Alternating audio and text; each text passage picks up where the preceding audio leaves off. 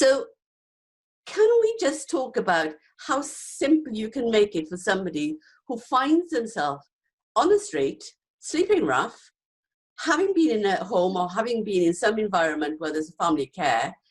What would be the first thing they can do? Yeah, I mean, several things actually. The first thing they can do is do what they do already, which is to go and attend different shelters in their area.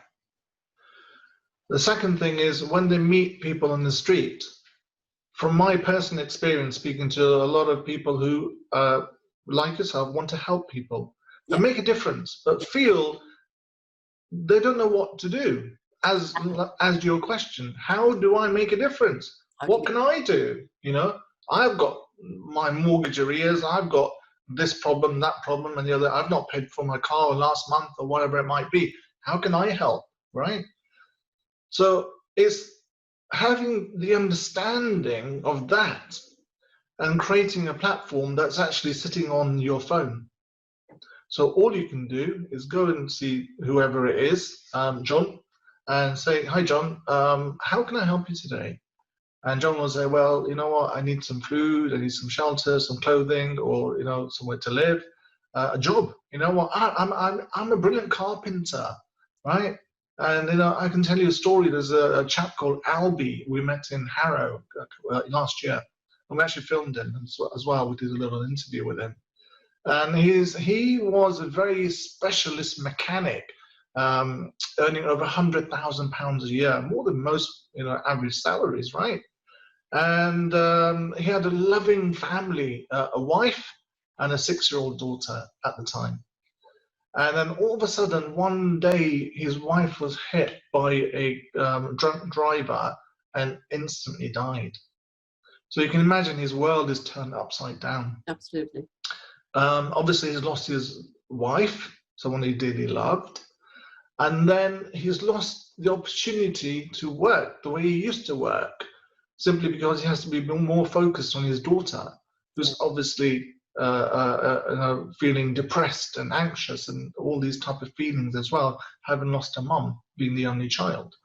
So then the crazy thing is, he finds out his daughter's got leukemia. Wow. And, you know, they've raised these campaigns and, you know, community kind of, you know, awareness things and everything else. Everyone's come together, communities come together to help. Nothing can be done. And then she passes away. Wow. So at this point, the guy has gone from the heights of his life really down to the bottom, you can imagine. Yes. And in doing that, he's attempted to take his life 5 times. Yes. Failed, obviously, every time, hence I'm speaking to him. And ends up in a mental institution for support. So he's in there for about 6 to 8 months or whatever it is. By the time he comes out, he's lost his home. Yes. He's not been able to pay it and obviously been there. So he's now homeless, out on the street, but a very good engineer, mechanic, carpenter, and all those type of skills. So when we spoke to him, he said, look, you know, this is my story and I'm very good at this. And now I also, this is a beautiful thing. One of the things he does, he helps other homeless people by just listening and talking to them as well. Yes. Because what he found was when he hit rock bottom, it's by talking to others that actually saved him and put things into perspective. And he actually felt he was more grateful for what he had, be it little, because in his psychology, the jug was always half full, not half empty. He still had a pulse when he woke up in the morning, right?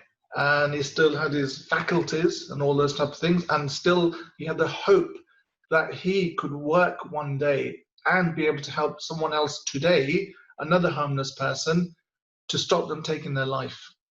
Yes. And these are the amazing, beautiful stories that I've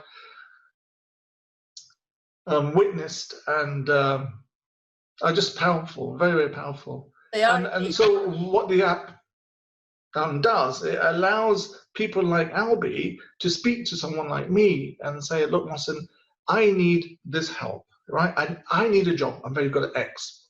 So we can do a self-referral or referred by someone like you or I. So we can refer him, put his details on. He goes into the community and says, this is a guy, these are his skill sets, and this is where he's located, and this is what he needs. I become his buddy. And the benefit of that is obviously that human interaction, because one of the things I hear is that, Mohsin, I can sit on the street all day long and only one person, if I'm lucky, says hello, recognizes I'm human, recognizes I'm alive. That is so degrading, because we're all human, regardless of where we are in life at that moment in time. Yeah. Right? And it's simple things like that we can help other people. It doesn't need big solutions or big money or big ideas. It needs simple, basic human traits of love, respect, empathy. It's simple. It's not that difficult.